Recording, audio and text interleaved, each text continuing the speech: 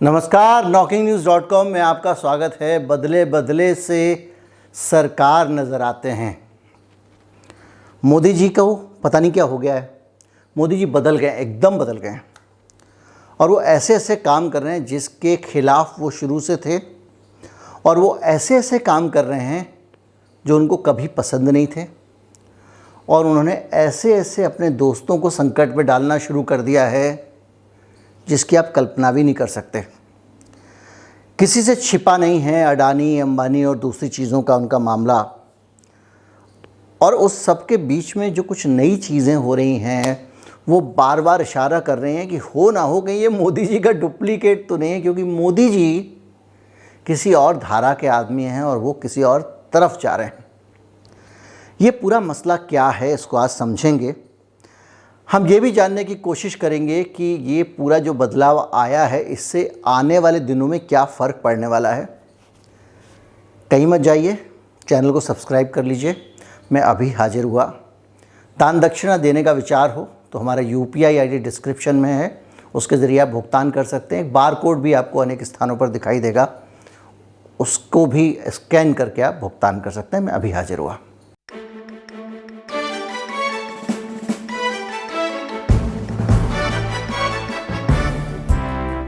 भारत में रिलायंस के petrol pump बंद होने वाले हैं।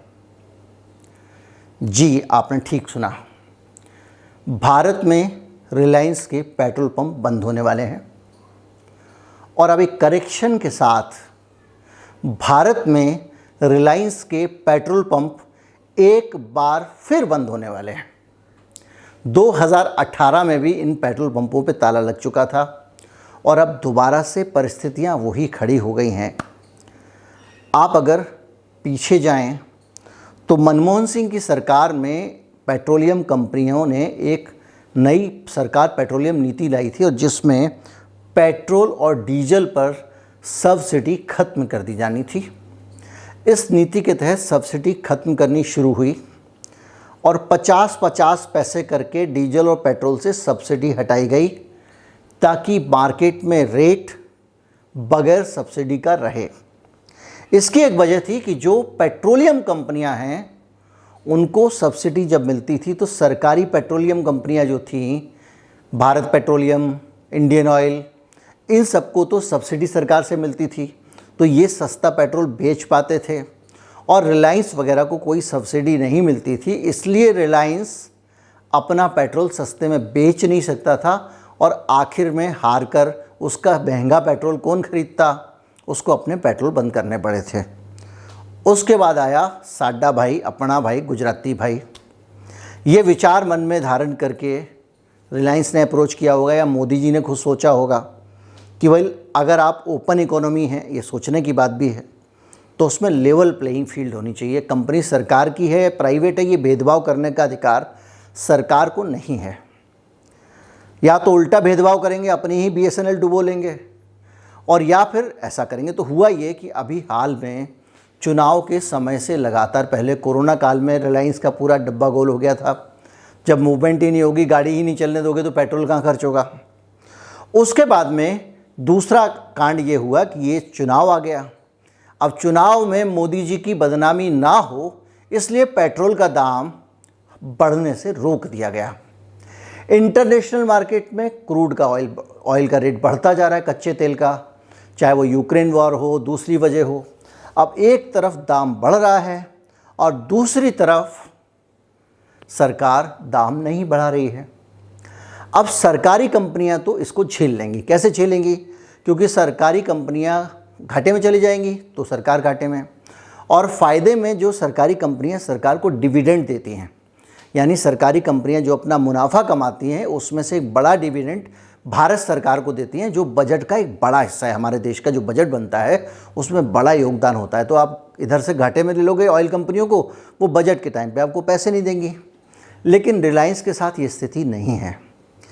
रिलायंस का कहना है कि 10 से 12 रुपये लीटर रोज़ाना का नुकसान रिलायंस को हो रहा है, सिर्फ पेट्रोल और डीजल के दाम को लेकर, क्योंकि वो इतना सस्ता पेट्रोल और डीजल नहीं बेच सकते। इसकी वजह से स्थिति ये हुई है कि जो रिलायंस के डीजल पंप हैं वहाँ आप अगर जाएंगे तो 2 बार में से 1 बार आपको वापस लौटना पड़ेगा। आधे टाइम आपको वहाँ तेल मिलेगा, आधे टाइम आपको तेल नहीं मिलेगा। क्यों नहीं मिलेगा?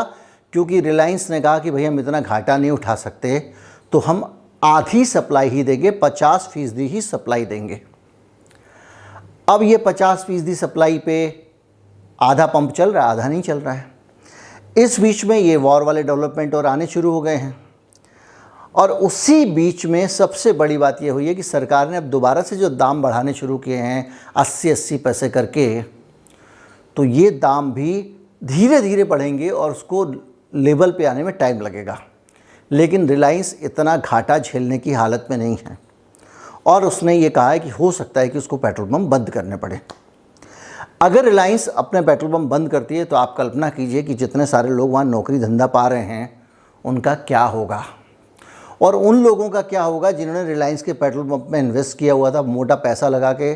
बड़ी सी ज़मीन लगती है पेट्रोल पंप में, पेट्रोल पंप खोला, किसी तरह से जाके चालू हुआ, फिर बंद हो गया, फिर चालू हुआ, फिर बंद हो गया, वो यही झेल रहे हैं। और इस पूरे हालात के बीच में एक विचार आपके मन में आता है कि मोदी जी को हो क्या गया। ये वाले मोदी जी तो नहीं लग रहे हैं जो खुले बाज़ार के पक्षधर से सब्सिडी ख़त्म कर दो, खाद की सब्सिडी मत लो, दूसरी चीज़ों की सब्सिडी मत दो, ये आपके दिमाग में आ रहा होगा। और अब तो वो सब्सिडी दे रहे हैं। जो आदमी सब्सिडी को मुफ्तखोरी बताता हो वो सब्सिडी क्यों दे रहा है और किस वजह से दे रहा है, ये बड़ा स्विफ्ट है सरकार का नीतियों का। इसलिए मैंने कहा कि हो क्या गया है। मैं आपको अमेरिका और रूस वाले में तो कई बार कह चुका हूँ कि अच्छे खासे तो अमेरिका की जेब में बैठे हुए थे, अचानक रूस के सगे कैसे हो गए, ये भी बार बार दिमाग में आता है। और सारी चीज़ों के बीच में आपको एक चीज़ और ध्यान देनी पड़ेगी कि ये सारी सब्सिडियाँ ख़त्म करके डायरेक्ट अकाउंट में क्यों डाल रहे हैं। ये गेम थोड़ा सा आपको समझना पड़ेगा, जो ज़रूरी गेम है। ये गेम शुरू होता है WTO से। चूँकि हमारा पूरी दुनिया जो है वो ऐसी संस्थाएं बना के देशों को एक तरह से गुलाम बना लिया गया है। वर्ल्ड बैंक सुधारों के नाम पे, समाज सुधार के नाम पे, जन सेवा के नाम पे और दूसरी चीज़ों के नाम पे, बाल शिक्षा के नाम पे अलग अलग तरहों से लोग देशों को कर्ज देता है और उसके कारण उनका कानून मिटता है। और आपका जो IMF है वो देशों को मुसीबत में लोन देता है और उनकी राजनीति से लेकर उनकी सारी नीतियां बदलवाता है। ये ओपन करो, ये बंद करो, ये सब्सिडी बंद करो, अपना ये राजनीतिक परिवर्तन करो, ये स्टेबिलिटी लाओ, ऐसे लोकतंत्र को ये करो। और तीसरा है WTO, जो दुनिया में चौधरी बना हुआ व्यापार का। अब हमारी चीनी अच्छी खासी बढ़िया से निर्यात होती थी, वो उसने ब्राज़ील ने ऑब्जेक्शन लगा दिया, अब हमारी चीनी की सप्लाई अटक गई है। अब वो ऑब्जेक्शन क्या लगा था ब्राज़ील वाला, उस पर अगर आप जाएंगे तो ब्राज़ील का कहना था कि भारत अपने किसानों को बहुत सारी सब्सिडी देता है फसल पे, और अब उस सब्सिडी के ज़रिए इनका जो चीनी है इनकी सस्ती हो जाती है और हमारी कोई ख़रीदता नहीं है। इस लॉजिक को लेकर वो बार बार तरह तरह से आपके देश की सरकारों को मजबूर करते हैं कि वो सब्सिडी ना दें। मनमोहन सिंह लगातार इन दबावों में रहे। उन्होंने फर्टिलाइज़र पे सब्सिडी कट की। पहले तो उनको जो प्रस्ताव था उसमें साइन ही नहीं करना चाहिए था WTO के, सारा देश विरोध कर रहा था, उसके बावजूद उन्होंने किया। दुनिया भर की महंगी दवाई खरीद रहा आदमी, जो इलाज पहले 500 रुपये में होता था वो आज 5000 में आदमी को नहीं मिल पा रहा है। जो भी है, लेकिन इस बीच में ये WTO की जो दादागिरी है, WTO की दादागिरी हमने ही स्वीकार की है डंकेल प्रस्ताव साइन करके। उनके कारण क्या हुआ है कि अब आप किसान को सब्सिडी नहीं दे सकते, देंगे तो बोलेंगे कि इनका माल सस्ता हो जाएगा। अलग अलग तरह से, तो इसमें सब्सिडी भी 2-3 तरह की होती हैं। एक डायरेक्ट सब्सिडी होती है, एक इनडायरेक्ट होती है कि आपने पता चला कि सड़कें बना दी गांव में अच्छी ताकि उनको फसल की कॉस्ट कम आए, पेट्रोल पंप लगा दिए, तो ये तो मान्य है WTO में। लेकिन ये वाली सब्सिडी मान्य नहीं है कि किसान को आप खाद सस्ती करके दे दो या कुछ और दे दो, तो उसके लिए उनकी बहुत सारी बंदिशें वगैरह वगैरह। तो सरकारों ने क्या किया, मनमोहन सिंह जी ने इसका एक तोड़ निकाला था। वो तोड़ ये निकाला था कि सबके अकाउंट खोल दो। ये जो आज मोदी सरकार झंडा लेके घूमती है कि हमने सबका अकाउंट खोल दिया, पर्सनल बैंक अकाउंट खोल दिया, बैंक अकाउंट होना भी देश में एक उपलब्धि हो गई है, उसके पीछे पर्पज़ ये था कि सबके अकाउंट खोल दो और उसके बाद में आप लोगों को इंडिविजुअल को सब्सिडी दो। हम आपको फसल पे सब्सिडी नहीं दे रहे, हम किसान को पैसे दे रहे हैं। भाई इसमें आपको क्या एतराज़ है? हमारे देश का गरीब आदमी, उसको हम पैसे दे रहे हैं। और उसी वजह से बहुत सारी चीज़ें आपने देखी होंगी कि तरह तरह की सरकार स्कीम लाती है कि स्ववित्त महिलाओं की स्व सहायता समूह है, उनको 5,000 रुपये की ओवरड्राफ्ट की सुविधा दे दी, यानी आपको 5,000 रुपये का एक ऐसा कर्जा जब चाहो ले लो, चुका दो, फिर मिल जाएगा, है ना।